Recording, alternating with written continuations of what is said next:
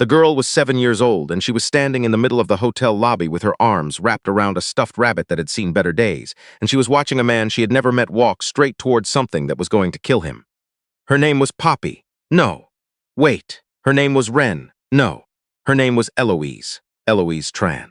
And she had been waiting in that lobby for 45 minutes because her mother had gone to find a washroom and had not come back yet. And Eloise had done what her grandmother always told her to do when she was alone somewhere unfamiliar.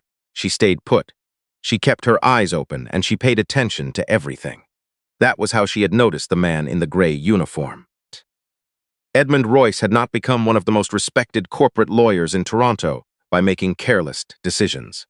At 61 years old, he had the kind of deliberate bearing that came not from arrogance but from having spent 4 decades thinking 3 moves ahead of everyone else in the room. He was tall but not imposing, gray at the temples in a way that photographs well, and he wore the same expression leaving a courtroom as he did entering one. Composed, unhurried, already somewhere else in his mind. He had reason to be distracted that afternoon. The arbitration had run 3 days longer than anyone expected, and the settlement that had finally come through that morning was, by any measure, the largest of his career. $42 million in damages awarded to his client, a family-owned manufacturing company out of Hamilton, Haddon, that had been systematically defrauded by its own distribution partner over 7 years. Edmund had built the case piece by piece across 18 months, and when the panel delivered its decision, he had allowed himself one quiet exhale before shaking hands and gathering his files. He was staying at the Fairmont on Front Street, a habit from years of out-of-town arbitrations that had followed him even to cases in his own city, because he found the separation useful. Hotel rooms had no history. He could think clearly in them. He came through the lobby doors at 4:20, briefcase in one hand, suit jacket folded over his other arm. The afternoon light came through the tall windows at a long golden angle. He was thinking about the call he needed to make to his client, and about whether he had time for a proper dinner before the 7 o'clock train home, and about nothing else. He did not notice the girl, but the girl noticed him. Eloise Tran was small for her age, with her mother's dark eyes and her father's stubborn chin, and she had been sitting in one of the lobby chairs, near the entrance for long enough that she had watched nearly everyone who came through the front doors. Most of them she had already forgotten, but the man in the gray uniform, the one who had crouched behind the large black car parked under the portico 30 minutes ago and had stayed there for almost 8 minutes before walking quickly away toward the service entrance, she had not forgotten him at all. She had thought about it the way she thought about most things, slowly, carefully, from several angles. The man had not been a driver. Drivers stood by their cars or sat inside them. This man had crouched. He had been doing something with his hands, something low and hidden, and when he stood up, he had not looked at the car at all. He had looked at the hotel entrance. Then he had left. Eloise had watched him go. She had looked at the car. She had looked back at where he had been crouching. Then she had gone back to holding her rabbit and waiting for her mother.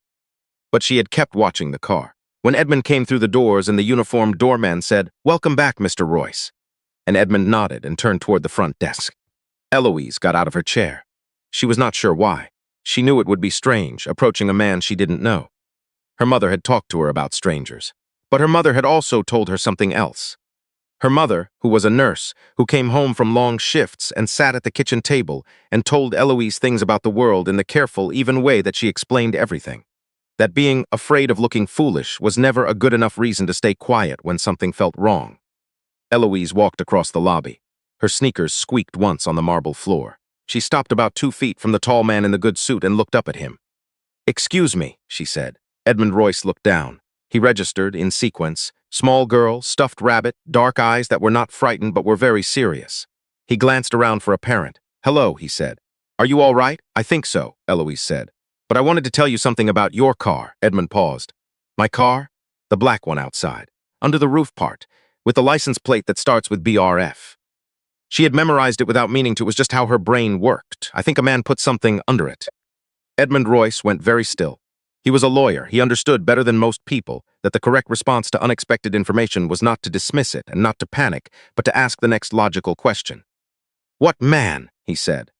Eloise described him. She did it the way she described things to her teacher during show and tell, in order, starting from the top. Gray uniform like a technician or a repairman, but with no logo on the chest. Dark hair cut short, a small scar above his left eyebrow. She had seen it clearly when he stood up and looked toward the entrance. Medium height. He had been carrying a bag when he arrived at the car, and he had not been carrying it when he left. Edmund listened without moving. "How long ago?" he said. "About 30 minutes," Eloise said. "Maybe a little more."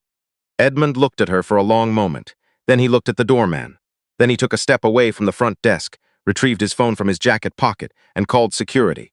He did not go near the car. What the hotel's security team found, working alongside the Toronto Police Service Explosive Ordnance Disposal Unit that arrived 17 minutes later, was a magnetic IED, an improvised device, compact and professional in its construction, attached to the undercarriage of Edmund Royce's rented black Lincoln on the rear driver's side.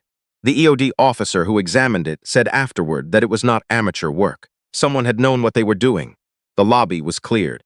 Edmund was taken to a secure room on the second floor. A plainclothes officer named Sergeant Karen Whitfield sat across from him at a small table with a notepad and a coffee she didn't touch, and she asked him, in a measured way, who might want to harm him. It was not a short list. 40 years of litigation meant 40 years of losing parties, aggrieved clients, hostile counterparts, and people who had walked away from proceedings, feeling that justice had been done to them rather than for them. Edmund had received threats before. They all had lawyers who handled cases with significant money at stake. He had never taken any of them seriously. He was taking this one seriously. "There's something else," Sergeant Whitfield said. "We'd like to speak with the girl. The one who approached you. Do you know where she is?" Edmund did not. In the controlled chaos of the evacuation, he had lost track of her. He told Whitfield what the girl had told him as precisely as he could remember it, and Whitfield wrote everything down. It took them 20 minutes to find Eloise. She was in the hotel restaurant on the ground floor, sitting across from her mother, Ling Tran, who had her hands wrapped around a cup of tea and the expression of someone who has been terrified and is now working very hard to appear calm. A junior officer sat with them, having already taken a preliminary statement from Eloise in the gentle, patient way that the department trained its officers to handle child witnesses. When Sergeant Whitfield arrived, Eloise looked up at her with the same steady gaze she had turned on Edmund in the lobby. Whitfield pulled out a chair. "Eloise," she said. "I'm told you're very observant. My teacher says the same thing," Eloise said. "She says I notice too many things. But I don't think you can notice too many things." Whitfield smiled, and it was genuine. "I don't think so either," she said. "Can you tell me everything you remember about the man you saw?" "Everything, even the things that might seem small or unimportant." Eloise thought for a moment, organizing her memory the way she organized her desk at school. Everything in its place, nothing left floating. Then she talked for 11 minutes without stopping. She described the man's shoes, dark lace-up work boots, the kind with a reinforced toe, worn but not scuffed, which meant he took care of them. She described the bag he had been carrying, black canvas, rectangular, with 2 exterior pockets, one of which had been open. She described the way he had moved, not hurried, not casual, but deliberate, like someone who had done the same thing many times and was not nervous about doing it again. She described the direction he had walked when he left, toward the service entrance on the east side of the building. She described the scar above his left eyebrow. Whitfield, who had been with the service for 19 years, did not let her expression change, but she pressed her pen down a little harder against the notepad. "The scar," she said. "How big was it?" Eloise held up her hand and indicated with her thumbnail. "About 2 centimeters, at a slight diagonal." "Like this," she said, "like a small dash." Lin Tran was watching her daughter with an expression that Edmund Royce, had he been in the room, would have recognized, the look of someone encountering a quality in another person that they had not fully understood the depth of until this moment. "She always does this," Ling said quietly, to no one in particular. "She watches everything. I used to worry about it. I used to think she was too quiet, too inside her own head."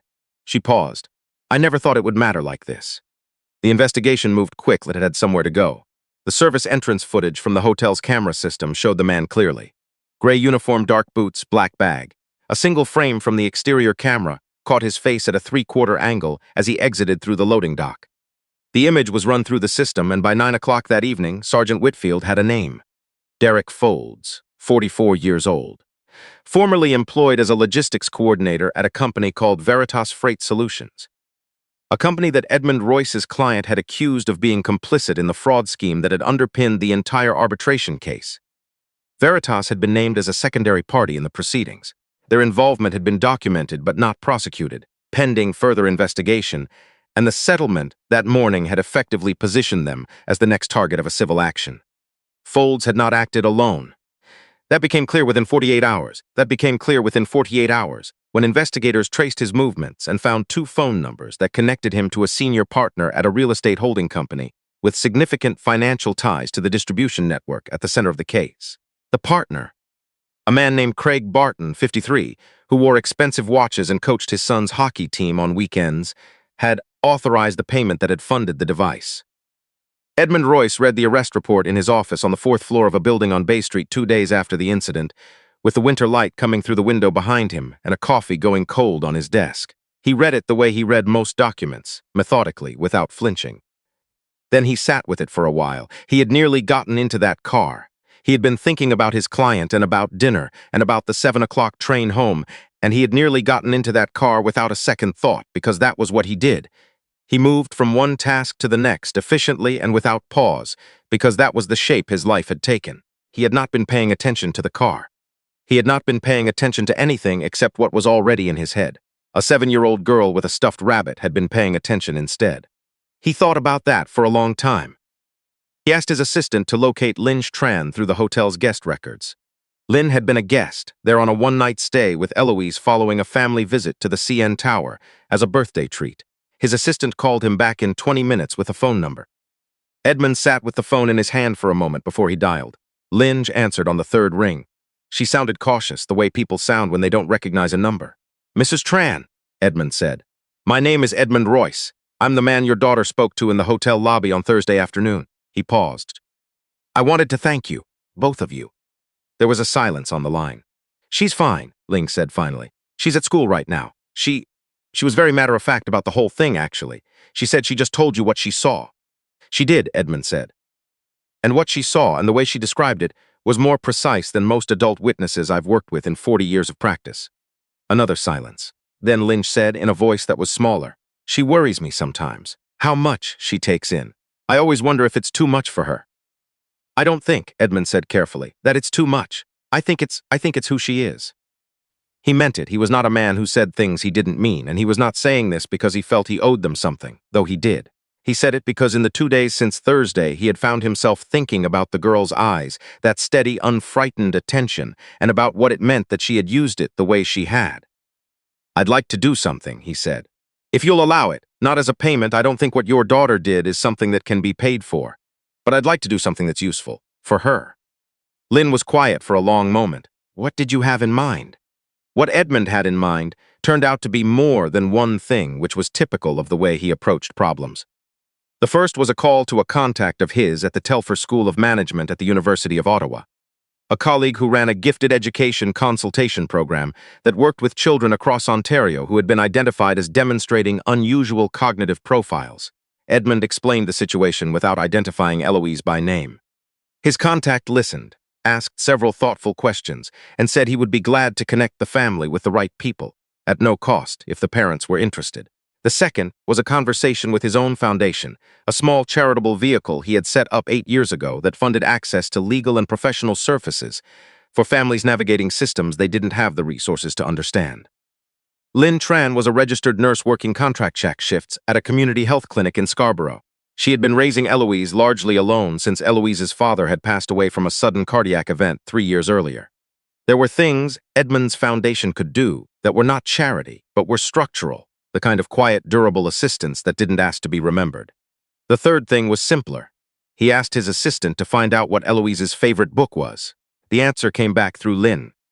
A series about a girl detective named Rosalind who solved mysteries using only observation and logic. Eloise had read the 6 existing books 3 times each. Edmund went to a bookshop on Bloor Street on a Saturday morning and spent 45 minutes with a bookseller who knew children's literature well. He came out with a carefully chosen stack, not the Rosalind series, which Eloise already had, but books that moved in the same direction. Stories about girls who saw what others missed, who were quiet and careful and turned out to matter enormously. He wrote a note to go with them. He was not a man who wrote personal notes often, and it took him 3 drafts before he was satisfied.